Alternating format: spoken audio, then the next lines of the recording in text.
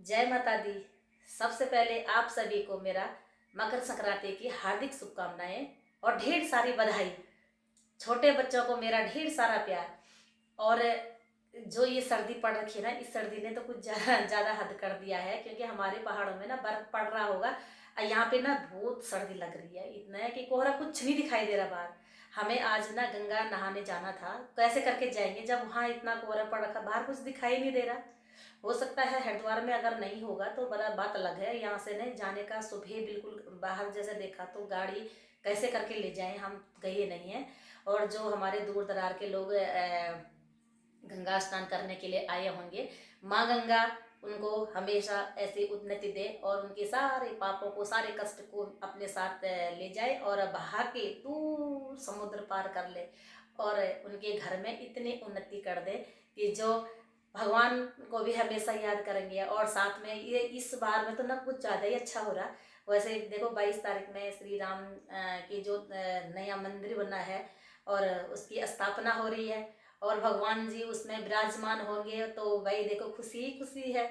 तो इसीलिए ये है कि हम लोग भी अपना अच्छे मन करके, अच्छे मन के विचार बना करके हम लोग भी थोड़ा सा भगवान रामचंद्र के उपलक्ष्य में अपना एक अमूल्य समय बिताएंगे और टाइम देंगे, जो हमारा 22 तारीख का दिन होगा। और श्री रामचंद्र जी को देखो, आपको तो पता ही होगा।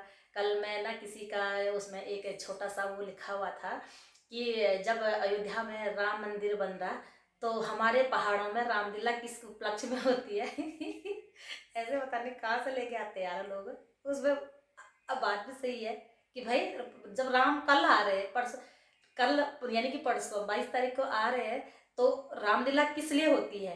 भाई जी ने ऐसे उसमें ना फेसबुक में एक पोस्ट डाल रखी है। भाई आपका कहना भी सही है, थैंक यू आपके लिए कि आपने कहा कि हमारे पहाड़ों में रामलीला किस उपलक्ष्य में होती है। मेरे को सुन के ना बढ़िया लगा। पर चलो, जिसके मन में जो आता है ना वो शेयर करता है। हम भी कहते हैं कि हम, मेरा मन में भी कोई आता है तो भाई मैं भी करती हूँ। सबसे पहले मैंने परसों ना ये जो हमारे यहाँ अयोध्या का जो प्रसाद नहीं मिला था ना, भगवान के कसम से ना वो कल मिल गया।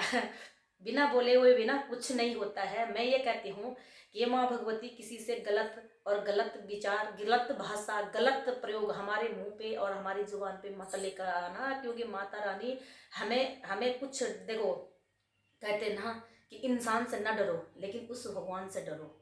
अब मेरे को, मैं कहती हूँ कि माँ भगवती किसी के लिए ना कभी गलत शब्दों का प्रयोग मत करवाना, क्योंकि देखो मेरे लिए तो भाई बहुत व्यर्थ होगा कि जो हम किसी के लिए ना ये गलत भाषा अपने सर पे लेंगे और अपने मुंह पे लेंगे, वो अच्छी बात नहीं होगी हमारे लिए। तो मैं जब ये पोस्ट देखती हूँ ना तो तब मेरे को हंसी आई। मैंने कहा इन्होंने बढ़िया लिखा है ना।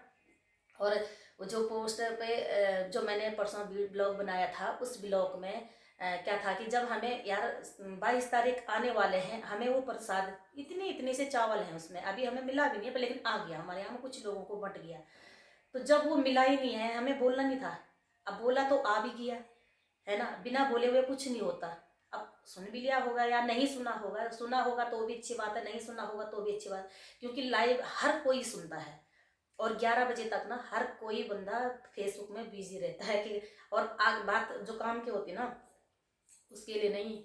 नेता लोग कि कहाँ कौन क्या भाषणबाजी कर रहा है, कौन हमारे लिए क्या कर रहा है, कौन कहाँ काम कर रहा है, कौन कहाँ काम कर रहा है, नेता लोगों को हो चाहे इसमें कमीशन खोर हो, चाहे कोई एक व्यक्ति मजदूर हो, चाहे कोई भी हो, जिसका फोन, जिसके पास ये फोन होगा तो वो फेसबुक अकाउंट जरूर होगा, क्योंकि उसको भी पूरी दुनिया की बात अपनी निगरानी में रखनी है और वो रखते ही हैं। और जब रखा है तो मैंने भी बोला है, मैं भी बोलती हूँ, मैं भी अपने ब्लॉग में भी बोलती हूँ और मैं वहाँ पे भी बोलती हूँ कि ये चीज़ भाई हुआ है तो क्यों नहीं हुआ। मेरे को अगर कोई भी, मेरे को कोई गलत मैसेज करने लग जाए, पहले मैं चुप्पी रहती, बाद में मैं सीधे लाइव में बोल देती हूँ। और भगवान कसम से अब से ना ये गलत मैसेज आना भी बंद हो गया। मैंने 2-3 बार लाइव बोला है कि मेरे फेसबुक पे ऐसे गलत मैसेज, गलत ये वीडियो कॉल वगैरह हमें ना करो, तो बंद हो गया है ना। और फिर करेंगे तो फिर बोलूँगी। और वो प्रसाद नहीं मिला था तो वो कल हमारे को फ़ोन करके, हमारे जो भी लोग हैं मेरे से बड़े बुजुर्ग लोग हैं, उनको फ़ोन करके बोल दिया कि आके अपना प्रसाद ले जाओ, समंडागढ़ वासी हो। मैंने कहा धन्यवाद आपका, बहुत बहुत शुक्रिया। कि जो आप लोगों ने बोल दिया। और उसके बारे में हमारी कल मीटिंग भी हुई थी। मीटिंग में हमारा जो भी होगा परसों 22 तारीख को जो भी होगा कलश यात्रा थोड़ी बहुत जितने भी होगी, जितनी हमारी श्रद्धा, जितने हम उस भगवान के लिए हम कर सकते हैं अपने मन से तो हम पूरी करेंगे। लेकिन जो भी होगा तो छोटा सा एक कार्यक्रम भी होगा।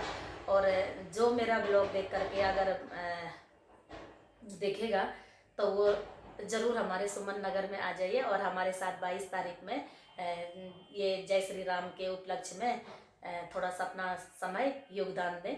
और बाकी के लिए क्या बोले, मैं तो देखो इतना ज़्यादा मेरे को बोलना भी नहीं आता कि ये भाई इसमें हम कितने भर की बातें बनाएंगे, इतना टाइम भी नहीं होता है। और सब में बूढ़े बुजुर्ग हैं। कल एक दादी मैंने फेसबुक पे डाल दिया, कल एक दादी कह रही 90 साल की हैं।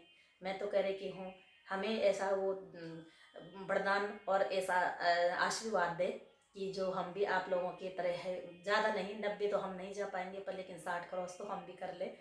थोड़ा बहुत हमें आगे दुनिया देखने को मिलेगी। और जो चलो अब चलना न चलना वो भगवान के हाथ में है, लेकिन आस लगा के बैठे हैं कि हम दादी माँ हमें भी इतना समय दें जो कि थोड़ा बहुत हम भी आपके पीछे पीछे घुस जाए वहाँ।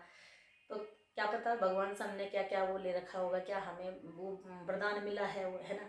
तो सुन के अच्छा लगा है। जिसे ने वो ये वीडियो बनाई थी उसके लिए भी मैं दिल से धन्यवाद करती हूँ, क्योंकि मेरे को अच्छी लगी है दादी की बातें, क्योंकि 90 साल की हो रखी है।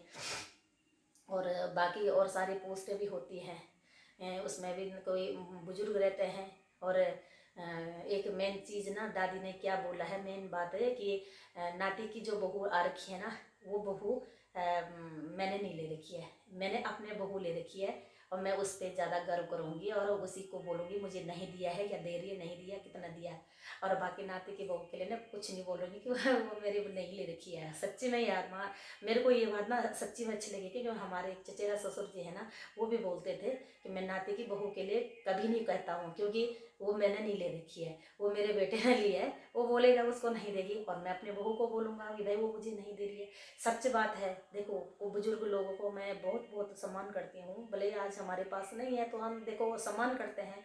अब भूल चूक में कभी गलती हुई होगी जब हमारे पास थे हमने उनकी सेवा नहीं कर पाए होंगे। तो केवल मैं तो कहती कि भाई देखो मेरी तो जिससे जितनी गलती हो रखी है, माँ भगवती तुम मुझे क्षमा करना सच्ची में, क्योंकि मेरे को ना बहुत ज़्यादा क्या बताऊँ मैं आप लोगों को, माँ भगवती मेरे को क्षमा करना, मैंने जिससे जो गलती कर रखी होगी। अब दिल से तो नहीं कर रखी है, लेकिन क्या पता वह भूल चूक में कभी हो गई होगी, किसी भाई बहनों से, किसी माँ बाप से, किसी से कुछ अशब्द बोला गया होगा। लेकिन ये माँ भगवती उसको क्षमा करना। और बाकी मैं देखो ज़्यादा नहीं बोलती हूँ। सभी को मकर संक्रांति की ढेर सारी शुभकामनाएं हैं। और नए दिन, नई पर्व, नई खुशी, नई जगमगाती की नई उमंग, कहते हैं कि ना नई उमंग, नए दिन, नए देखो 2 महीने तो अंधेरे हो जाते हैं, बिल्कुल हमारे गढ़वाली भाषा में कहते हैं कि अंधेरा महीना पूस और सावन, ये 2 महीनों में कुछ पूजा पाठ भी नहीं होते हैं। तो अपने घर में ही जितना हो सके उतना ही कर लेते हैं। लेकिन अब देखो जगमगाती, देखो सर्दी का मौसम भी धीरे धीरे खत्म हो जाएगा जनवरी के माह से। फिर शादी ब्याह में कहीं ढोल नगाड़े बजने, कहीं कोथी गोरा, हमारे यहाँ में तो ना ज़्यादातर भैरव नरसिंह और नाग सिद्धुआ, एड़ी अछरी, माँ देवी, कुल देवी, भवानी, जब सारे जितने हैं वो सारे कूदेंगे नाचेंगे ना, तो मज़ा आ जाएगा। हो सकता है माँ भगवती और जो घर में जिसके यहाँ पे कौर्तिक होगा, हम तो कह रहे कि क्या पता हमारे पर भी नज़र लगेगी, हम भी देखने के लिए आएंगे, और नहीं तो हम लाइव पे जरूर देखेंगे। और बस हो गया। मैं तो इसलिए इतना ही मैं बोलना चाह रही थी कि भाई देखो मकर संक्रांति की ढेर सारी शुभकामनाएं और आपका दिन शुभ हो। जय हो माँ भगवती।